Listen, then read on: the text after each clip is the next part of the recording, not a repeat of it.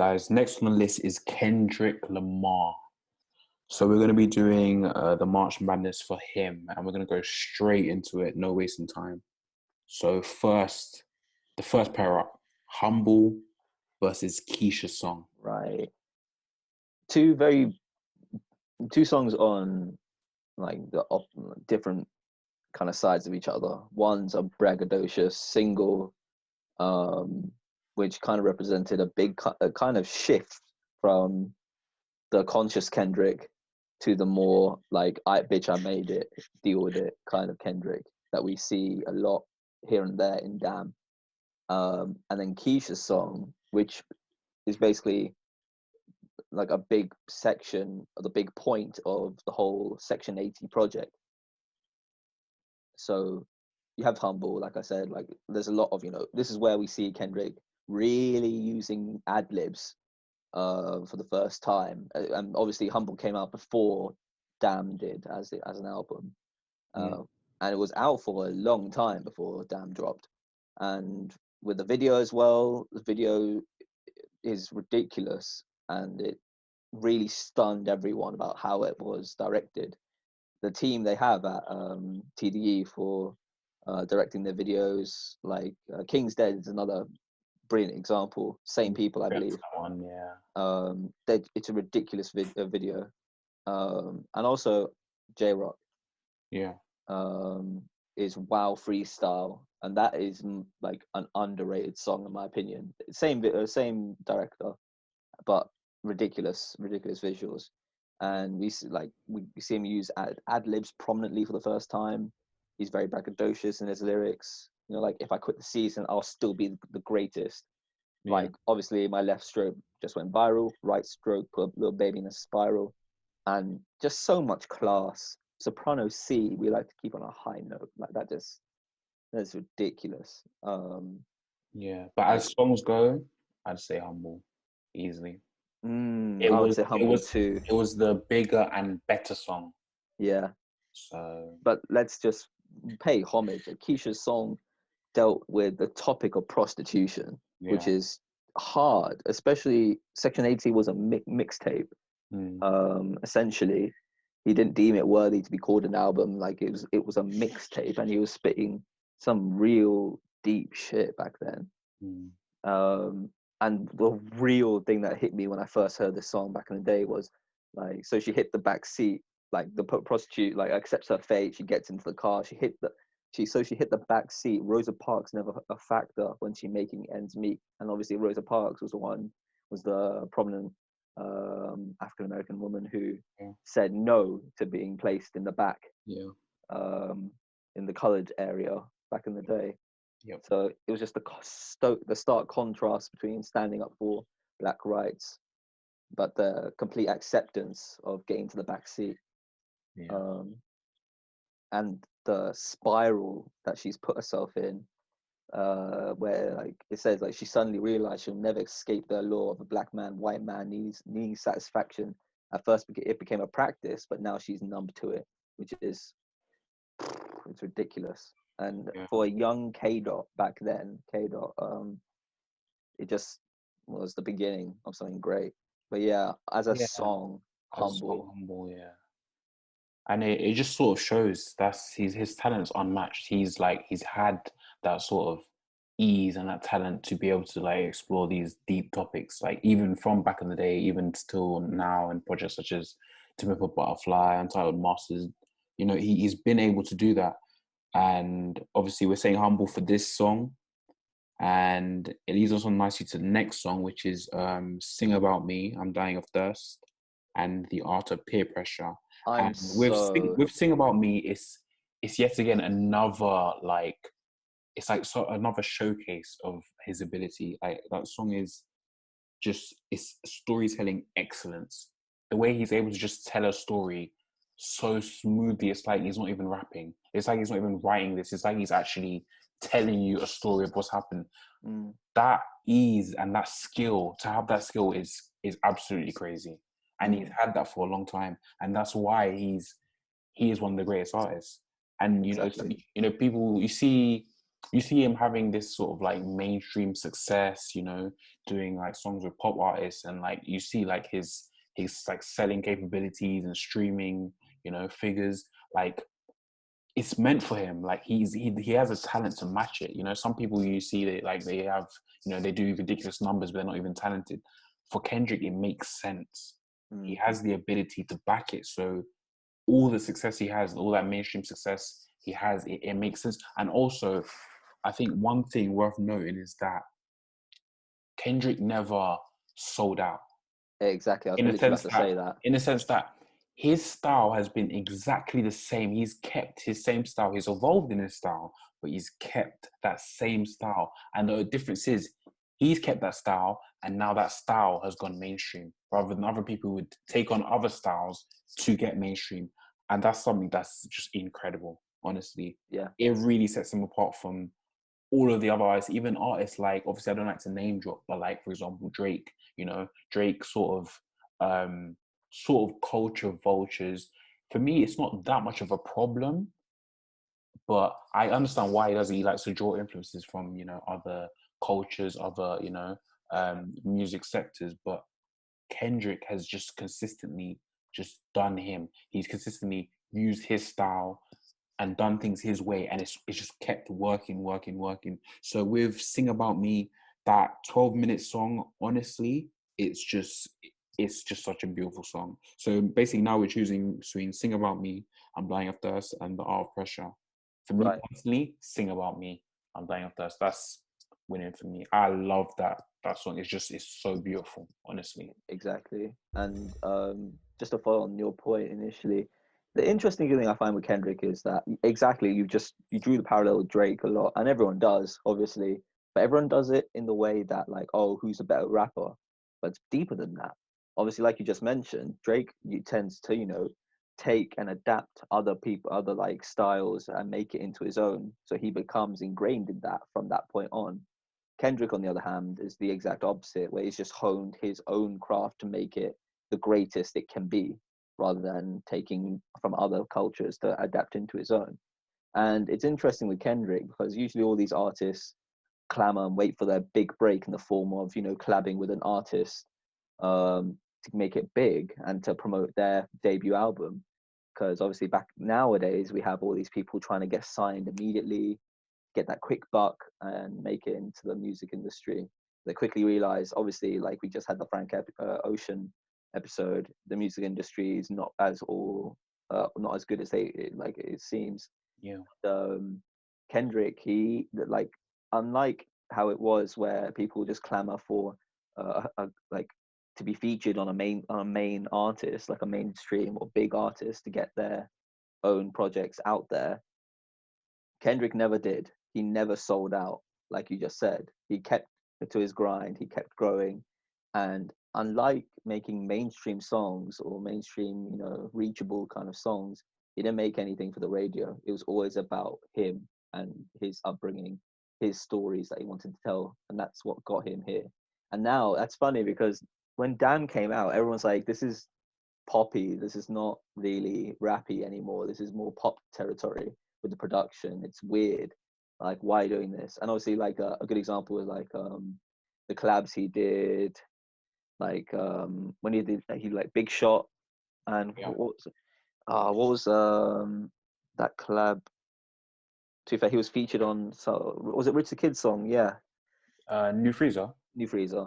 Yeah. And obviously his style of rapping, New Freezer, is again braggadocious and ridiculous. But a lot of people can agree he's stepped away. He's now, because he's featuring on songs, like he's not talking about his life anymore, his story anymore. It's just a repetition of, like, I've got money, this, that. He's falling into that category. But the way I see it is he's built him up on his own story, so he can just ride easy on the coattails. He cemented himself as the greatest. Yeah. So why does he need? He doesn't need to prove himself anymore. He can do what he wants. Now, when it comes to this, it's kind of unfair to me because "Sing About Me," "Dying of First," I treat those as two separate songs. They're Yeah. linked together, but obviously production's different, lyrics, delivery is different, the matter is different, and it's a two-part song. It's the equivalent of, a Tyler song where like "Gone Gone" slash "Thank You," like Yeah. a two-parter. Like in the first part of Sing About Me continues from the end of Swimming Pools with, you know, the skit where um Dave's a guy called Dave's brother, you hear like in the at the end of Swimming Pools, they get involved in a shoot up and Dave's brother dies and Dave exclaims like, these guys just killed my brother, my brothers, and then Sing About Me hits you with the calm. That's the thing which always got me. um it's not an exciting instrumental, it's a very chill instrumental, and especially when you hear someone's killed my brother, it slaps you with a very calm, chilling, vibey instrumental. I just love that off the bat. Yeah, I think also with the instrumental, it's very barren, but in a good way. Like it's empty in the sense that it allows the artist to like Feel it. really get into it, because Yeah, like it's like the beat is not helping him at all. Like yeah. the beat is the beat. Everything is just so focused on just lyrics. It's like a And freestyle beat in a yeah, way. It's just exactly. an Like instrumental. very plain, very simple, but that's where you can really get the stories across like really well. There's no like, oh, this beat is sick that can, you know, try and twist how you see the song. It's just straight bars, straight storytelling, just straight masterpiece. Exactly. And I think this is like one of the only few. I mean, all of the songs in this first category anyway, we'll have to talk about. But more than anything, it has to be for me. It's got to be this song. You have three parts in "Sing About Me." The first part is obviously the continuation. So Dave is talking to Kendrick, or it's always like the friend is talking to Kendrick, like about the situation he's just experienced, and says that, you know, Kendrick ran out and like cradled his brother, you know, telling him it was going to be okay as he died in his arms, which is ridiculous. And the whole story is amazing, and like he was expressing his, you know, thanks for being there for him. He really appreciated that.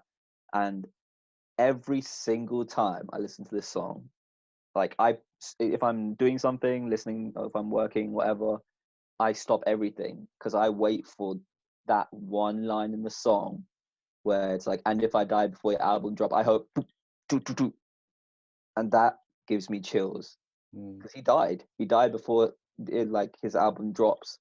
Don't know if you know that. yeah, Like he dies before the album drops, so he just represented just so quickly mm, with a gunshot, yeah, and then it moves on peacefully.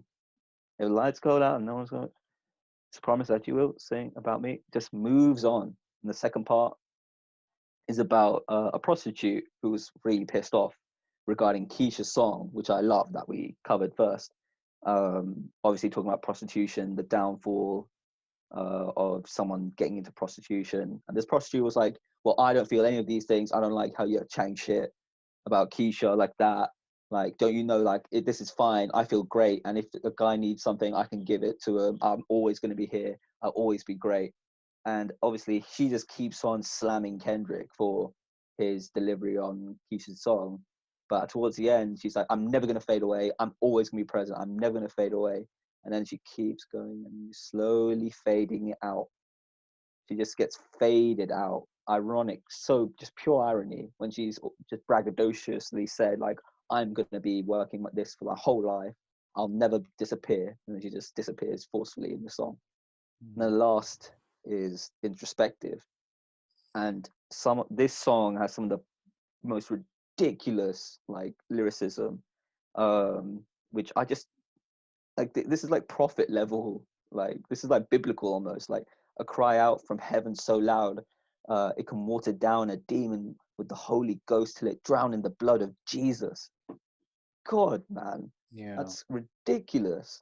And the ending too, just relating the hook to himself, like, you know, and that really hit me when I first heard it. Like, um, asking you, the listener, like, if you will sing about him, like, am I worth it? Did I put enough work in for you to sing about me? Will I be forgotten? Like, it's just fit like him feeding into that cycle too. And then at the end of that part of the song, the skit continues where his friends are just dying for vengeance, but the brother is just, you know, I'm just sick of this. Like, like this is my brother, man. Like I can't do this anymore. like realizing that this struggle is just not worth the greater, like the loss that he's just experienced. But all his friends just want revenge. And Dying of First Loss nicely portrays the whole point of the album and the reference that this is from Boys in the Hood, which is a major reference for the album. And like, unlike Trey, that's Cuba Gooding, like pure reference to Boys in the Hood and the same kind of experiences that's portrayed in that movie, which is just a nice subtle touch. And he's just talking about the never-ending cycle of violence, the kill or to be killed environment that he's been in, relating to the black on black, like violence that goes on in Compton, and as it goes on, like he's realized it, like he's been told, like his mum saying, go, like tell me, like promise me you'll see a pastor. Like, what if today was the rapture and you completely tarnished? The truth will set you free. So to me, be completely honest, you dying of thirst. And the meaning is obviously fleshed out at the end, where it's like, just go hop in that water and pray that works, referencing to baptism, cleansing of like one's sins. And obviously afterwards, in the end, we find a woman come and approach them all and just say, oh, like she sees the body on the floor, like, oh, I know that's like, that's not what I think that is. Like, she immediately sees and is obviously quite calm about the situation. She's experienced or seen this before happen in her neighborhood. So she immediately hops to it. She's like, you need water, holy water. So, and she gets them to pray and pushes them to move past this and become better people, so to speak, in the hands of God, like seek salvation. And it just encapsulates the whole cycle and the struggle in 9 minutes, which it's such a shame. I feel like it should have been two separate songs because they're talking about different things. The art of peer pressure. I hate that I'm talking so long about this, but the art of peer pressure is unbelievable. I mean, not really unbelievable as much as Singing About Me, Dying of First, but the way that it's more focused on the production and it's very sad, like in its portrayal. It shows the way he delivered it. It shows the contrast between the depicted lifestyle of hanging out with the guys, like chilling, easy lifestyle, because like the beginnings, like one day it's gonna burn you out. It's like a precursor warning, like to say one day it's gonna burn you out, like this lifestyle. But you're just riding along, and then like a switch, it flicks. The whole production is grimy. It slaps you with that dark production, and it feels like you're just in some back alleys and the wrong part of town. And he doesn't even address it. He's like, me and my boys just like rolled deep in the Toyota looking for trouble. Like, we were just out here to get a quick buck. We went into the house just to find a Nintendo. Like, we made and the beautiful lyricism of, we made a left and what was it? We made a left and a right, and a left and a right. We were just circling life, just going around doing the same things. And he used that as what it could have been, and instead they made a right, left, another right, and that was one lucky night with the homies, as he says. And he just says, like, look at me, I've got a blunt in my mouth. Usually I'm drug free, but shit, I'm with the homies. Like, just showing that usually he's not this guy. He's not like this gangbanger that he's not a gang member. He's just a kid who's been dragged into the wrong crowd. And now, because I'm in it, I'm living that. I have to live that. I've got to represent. I can't back out. Like, I've got a blunt. I'm doing drugs. I'm drinking alcohol. So it really showed and painted that stark contrast. But as songs go, like as you said, and as I'm going to say, Sing About Me, Dying of First, has to win. Has to win. Sing About Me definitely has to win. And speaking about production, it leads us on to the next tracks, where between Pride and Spiteful Chant. So these ones have quite interesting production, actually. So Pride has quite a sort of, I'd say quite like refreshing production. It's like quite simple. It has production by Steve Lacy, actually, and apparently he created it on his iPhone, which is, you know, much like him. He created much of his first EP on GarageBand, So that's nothing new, really. And also Spiteful Charm, that also has the Woodkid sample. Yeah, So for me personally, I would just go for Pride, just in general. I like, that's just me, that's just my opinion based on me liking the more evolved Kendrick. I like the more polished Kendrick, even though I can appreciate a lot of the tracks from Section 80 and all of his older works. But if there was a song I wanted to listen to, it would be in the category of like more polished Kendrick, something from, for example, To Pimp a Butterfly or Damn, stuff like that. So for that reason, I'd choose Pride.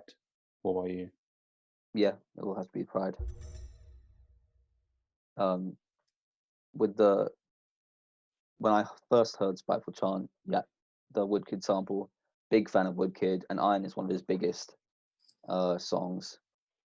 Um, and the song itself, talked about, it was more general, but it showed that he was like kind of like he saw it kind of. It kind of showed that he was already kind of jaded at the beginning of his like major kind of career. He was like he prophesized his own fate, just talking about fake friends, how he'll make it big and stick to himself, and screw you guys, I'm doing it my way. But now Pride, right? Pride is for me, it was a very tough first listen. Damn was an album in general. You had to really, some songs you really had to listen like Yeah, 5 times. that is true. And the whole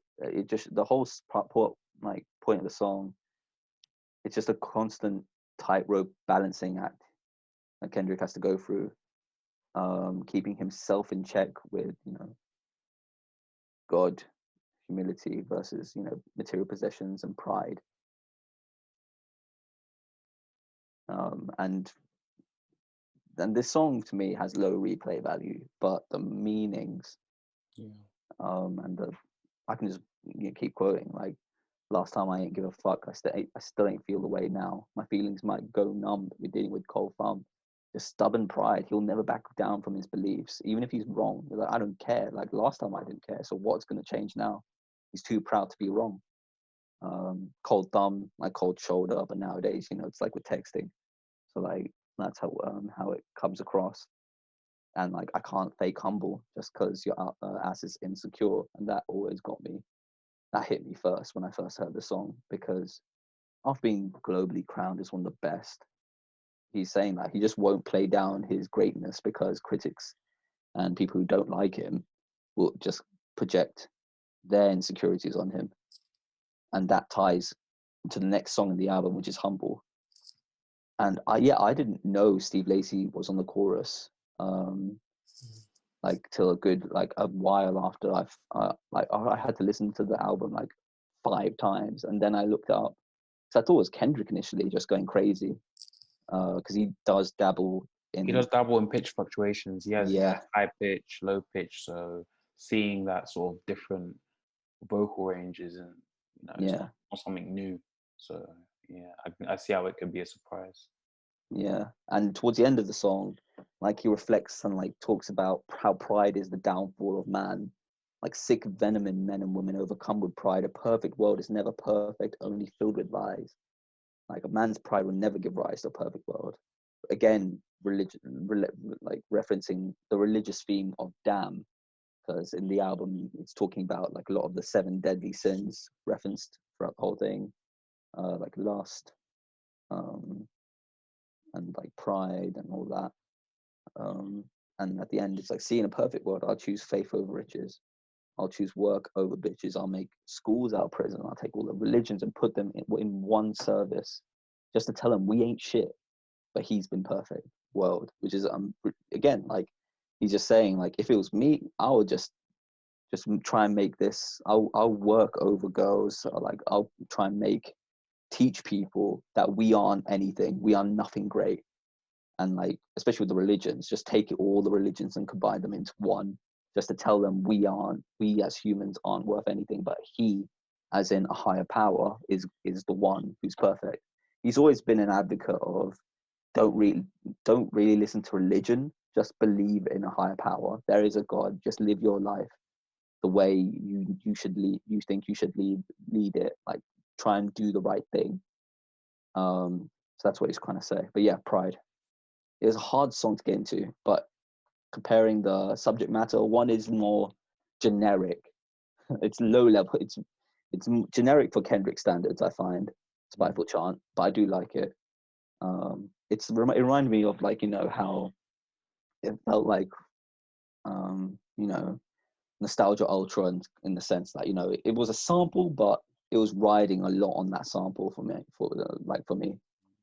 So definitely Pride. Yeah, it's funny you said that, actually, because that leads us on to our next matchup. So we have ADHD and Real.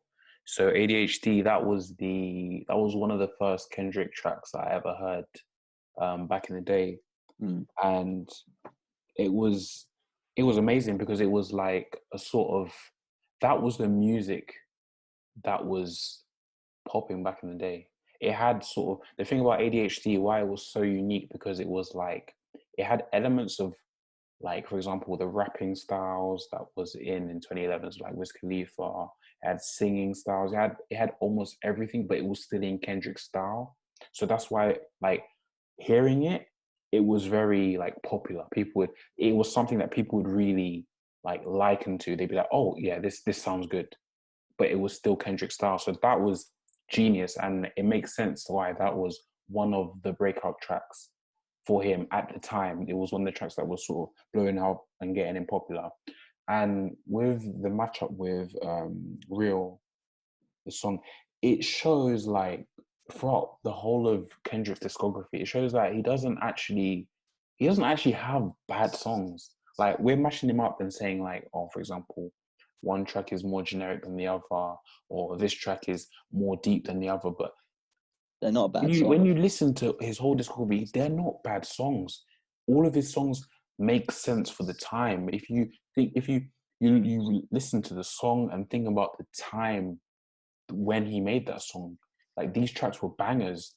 Maybe not now, someone couldn't put it out now, but they were bangers for the time that they were made in. So it's just like an ode to basically his whole discography, because he has been making bangers, like banger after banger after banger. It's actually crazy when you think about it. Like, he's managed to adapt through time, through the different periods, through different, eras, through the different, changes in rapping styles. He's managed to adapt through it and still, like, be on top. And that's something that is, like, really, it just shows absolute talent, honestly. Yeah, definitely. For me, ADHD, like, again, like, was one of my first songs, because I'm not that. I got into hip hop quite late, around 2015, when I got into uni. But when I first heard of Kendrick, it was on Pimp a Butterfly, like King Kunta, and then no, it was like Good Kid, Mad City. It was Mad City, and I went backwards from there. And when I heard ADHD, it was immediately it kind of bothered me in the beginning, like the fuck that, I didn't get it. And then when I kept on listening to it properly, I realized the fuck that is just simply the meaning of the whole song. Kind of because ADHD is obviously attention deficit hyperactivity disorder, and the short attention span of ADHD is actually part of our daily life. Like, if someone brings up something and we don't really want to involve ourselves in, like, when, like, nah, fuck that, I won't do that, we'll move on to something new. Like, the fuck that just kind of represents that, a part of that, that kind of the youth, where we're like, oh no, fuck that, I can't do that, fuck you. That fuck that kind of phrasing came from our kind of generation. So yeah, I think with me, I'd definitely choose ADHD over Real. Yeah. That's just a personal thing on how I like the sound of it. I just like the sound of ADHD a Yeah. lot more than Real. Yeah. And, a lot of the reference, I just like the lyricism and the sound. So yeah, we'll go with ADHD. ADHD. Okay, so for the next matchup, we have God from Damn and You from To Pimp a Butterfly. I think this is easy. It's You. Yeah, definitely You. The thing is, these are, I think both of them, they're quite unorthodox tracks. They they both sound sort of strange, like from first listen. But I think like relative to the projects, You means a lot more to Pimple Butterfly than God does to Damn. Yeah, There are a lot better tracks in Damn than that are better than God. But You is it's more sort of part of a general story, a yeah, general like journey of the album. So it's like it's pivotal in its own way, even if it's not the highlight of the album. So You definitely. yeah. And then next we have Poetic Justice and Untitled '08. This one's hard for me. This is so tough because you have, Poetic Justice. It's like classic R&B. I'm an R&B fan. That's classic R&B feature with Drake. It's an actual hit song. Yeah, So it was made to be a hit. literally made to be a hit, and you can't deny it. It's a hit. It's a smash hit. It's a really good song. It's catchy. It's everything you want, especially for the time as well. That type of collab, Kendrick Lamar and Drake, those were like, it was like a star-studded sort of matchup of Hmm. artists. So it was a big track, really big track. Um, and on the other hand, you have Untitled '08, which is actually my favorite track from Untitled Mastered. Now that track, Oh, really? Okay, yeah, interesting. Untitled '08, Blue Faces, like that track is amazing. I remember seeing the live versions. It's crazy. Like the live versions when he was posting, when they were like sort of snippets of the live versions on YouTube. But Yeah. I think they were. I don't know if they were official versions or not. Nah, they weren't. They were But like I remember screen seeing recorded. those snippets, and they when I saw him like rapping, it was like whoa. It's a lot different. When I saw it in the live versions, and then I went back to listen to it on that album. Then I was like, oh, okay, I understand it because like you can feel like the sort of the pain that he's going through, all the emotions that he's going through in the Mm. live version. So when you see in the album, you're like, okay, this is what he's talking about. And also, there's also production from Thundercat on Untitled '08 on the bass line, and honestly, he does bits. He does bits. It's such a well-rounded track, honestly, Untitled '08, because it's funny enough, it's one of the most, in my opinion, one of the most well-rounded tracks from Untitled Mastered, because these are sort of tracks that were basically like sort of unpolished. But Untitled '08, it feels like a well-rounded piece. It feels like that out of all the rest, because it's actually the last it's the Yeah, last last one. last song on that project, and Yeah. you sort of go through the whole project just hearing like bits. It's quite jumpy. You're going from like one concept to another, one song to another. It's a little bit messy, and it sort of just concludes on that track. And that track is just such a smooth, with Thundercat's bass line. It's a perfect like conclusion to an album, but it's not an outro. It's like it's almost like the climax of that Mm. project. That's how good it is. And to now have to choose between Poetic Justice and Untitled '08, that's tough because Mm. it's like I'm choosing between different eras, choosing between like different concepts. Like these two songs are doing two completely different things. You have Poetic Justice, which is on the more R&B, romantic side, and it does it very well. And Untitled '08, it does it in a different way. Obviously, it was from Untitled Unmastered, which was full of sort of demos from To Pimp a Butterfly. So it was sort of the residual and unused content from To Pimp a Butterfly that didn't end up being used. So the two songs are doing two very different things. So I'm Mm. not actually sure which Right. song because I couldn't even say one song is better than the other. It's like me, for example, comparing like an R&B track and a rock track. It's like they're doing two completely different things. So I can't realistically say one is better than the other because one of them is doing something better than the other one because it's for a different purpose. Mm. So I don't It's know. tough. You need It's to give tough. me some advice because I'm not sure. For me, yeah, big fan of Poetic Justice. I think that is hit like Kendrick's like one of Kendrick's greatest collabs.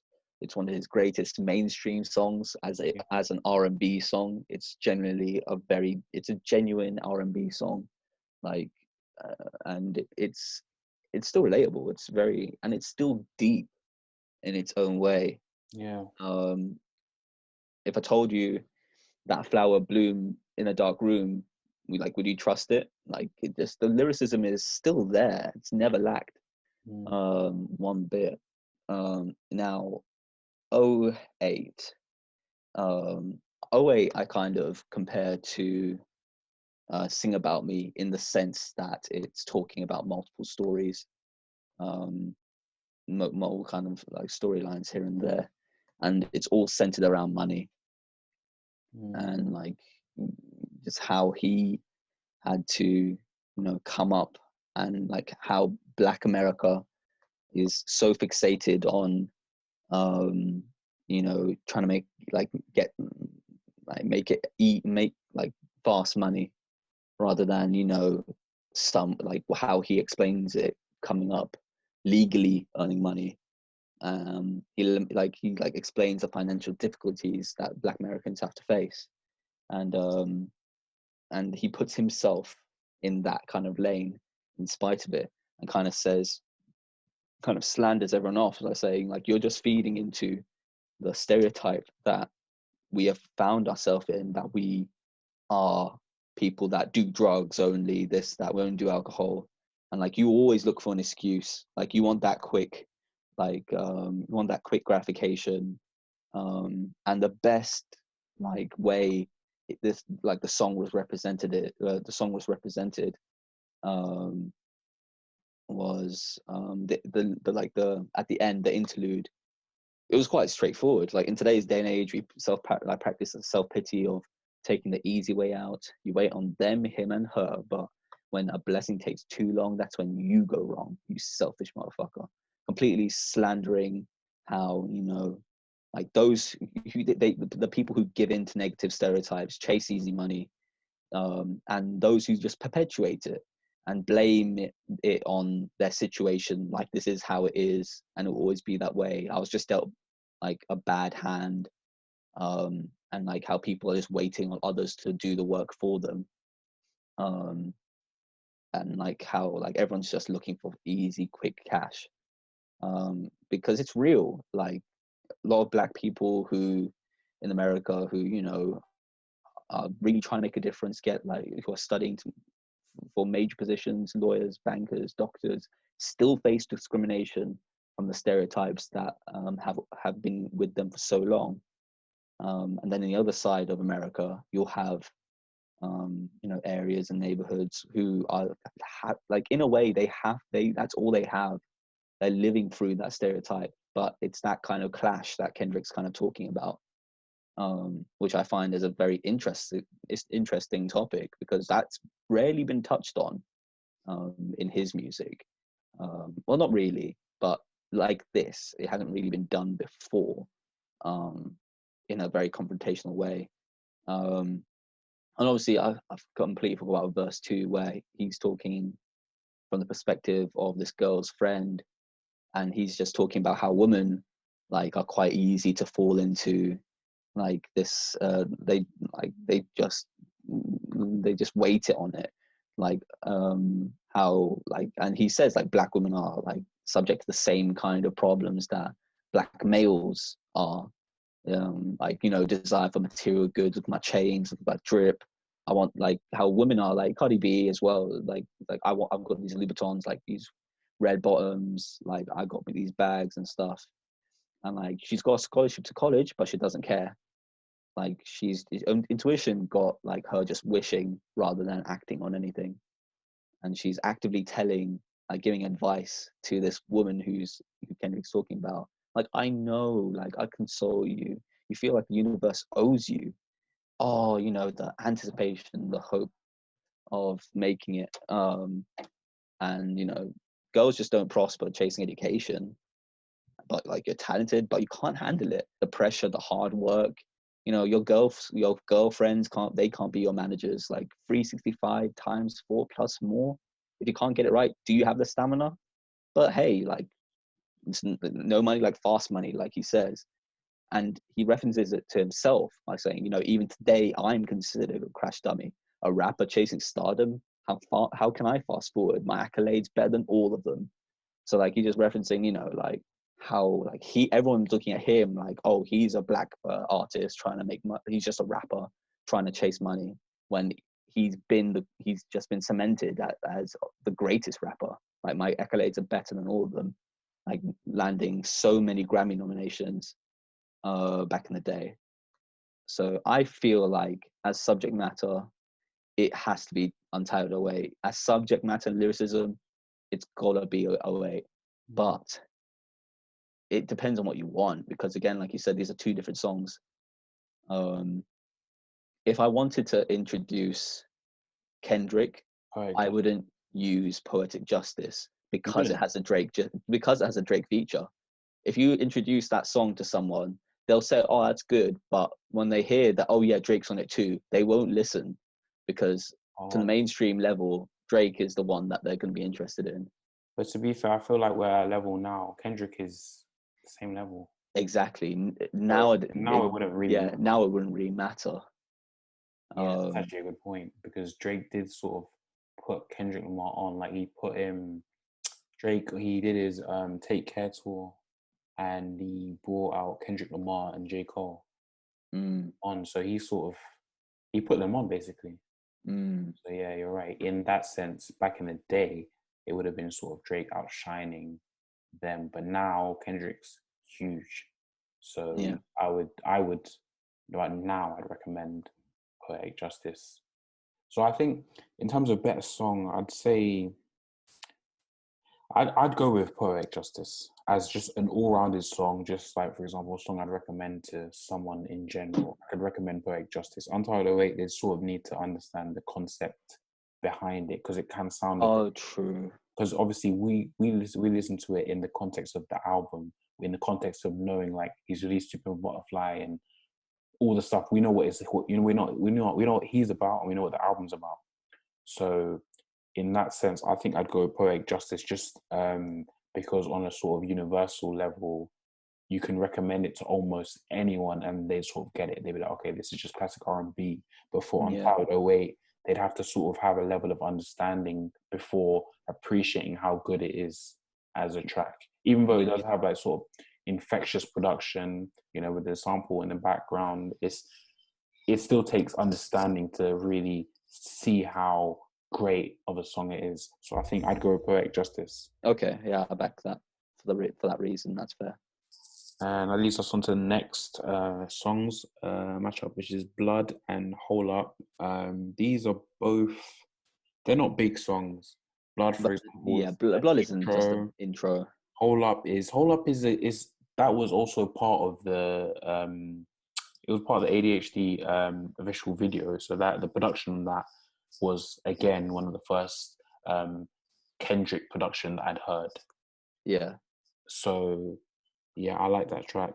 That's like one of my first memories of Kendrick Lamar. So easy, I go with Hold Up. Like, just sort of elevates the music, but he makes it sound good, sort of thing. So I think that one doesn't even need discussion. Just Hold Up. Oh yeah, we can move straight on, because this is tough. So next we have King Kunta and Fuck Your Ethnicity. See, with me, with these two tracks, I would very easily go with King Kunta, because I like how between the two tracks, it shows the evolution of Kendrick Lamar. Like, when you go from, you know, Fuck Your Ethnicity and King Kunta, it shows like how much he's developed, how much he's sort of honed his styles, and how much he's able to talk about these deeper topics and still be able to talk about it in such an engaging way. But I feel like on King Kunta and in the rest of like To Pimp a Butterfly and Untitled Unmastered, it's just on a different level. Like, he was doing it very well on Fuck Your Ethnicity, I can't lie. He did very well on that. But it's evolved. It's on another level. Like, you can listen to Pimp a Butterfly. It just sounds smooth. Even if you don't care about the issues that he's talking about in the songs, even if you're not trying to hear that, you can't dispute the fact that To Pimp a Butterfly sounds good. It just sounds like, with its like funky production here and there, it sounds sonically, it sounds very beautiful, and it's very easy on the ear. Even if you don't care about the racial issues he's talking about in the song, you should still be able to appreciate the production, the instruments used on the songs. You can appreciate it as an actual song. So for me, I'd go King Kunta easily. Yeah, I back that. Yep. So next we need to choose between Humble and Sing About Me. I'm Dying of Thirst. I'd personally go with Sing About Me because that song is it's just like it's a masterpiece. I can't dispute. The thing is with Humble, I feel like with Humble, it's okay, it's a hit, but I kind of feel like it's a bit overrated in relation to relative to his discography, because you can't deny there's way better tracks in his discography than Humble. A lot. Like I'm talking not even just developed songs, I'm talking about actual hits. There's better hits than Humble. Humble was just, pretty simple, sort of song. So for that reason I go with Sing About Me, because he has other hits and we're going to cover them in the next parts. Yeah, it's simple. Which one's his best piece of work? And it's got to be Sing About Me, Dying of Thirst. Yeah. Okay, so next we're gonna go choosing between Pride and ADHD. So with me, I'd go with ADHD easily. It just sounds sonically better for me. ADHD is obviously hard. Pride is harder to get into. It does have refreshing production, but not as much as ADHD. Doesn't have much. It doesn't bring as much to the table as ADHD. ADHD was sort of like coming of age for the time. It was just like, whoa, what's this? But I can't say the same for Pride. So for that reason, I go with ADHD. Yeah, I back that completely. So next we need to choose between You and Poetic Justice. For me, I'd go with Poetic Justice. Yeah, because again, context of the album, it made sense, but as a track, it won't. Yeah, it made sense. Like as a standalone track, You isn't enough. You was a sort of it was a tool. It was like a part of a story. But like an interlude. By itself, just think about it. Could he have released that as a single? Impossible. No. It would just be like, what's this? It wouldn't make sense. But that's no shade on You. But yeah, Poetic Justice definitely wins that. Yep. And next we need to choose between Hold Up and King Kunta. King Kunta. No contest. Oh, you're King Kunta?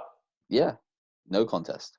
The way I think the braggadocious nature of King Kunta, to just, talking about has come up, and now he's like, look, now I'm at the top of the game. No one can mess with me.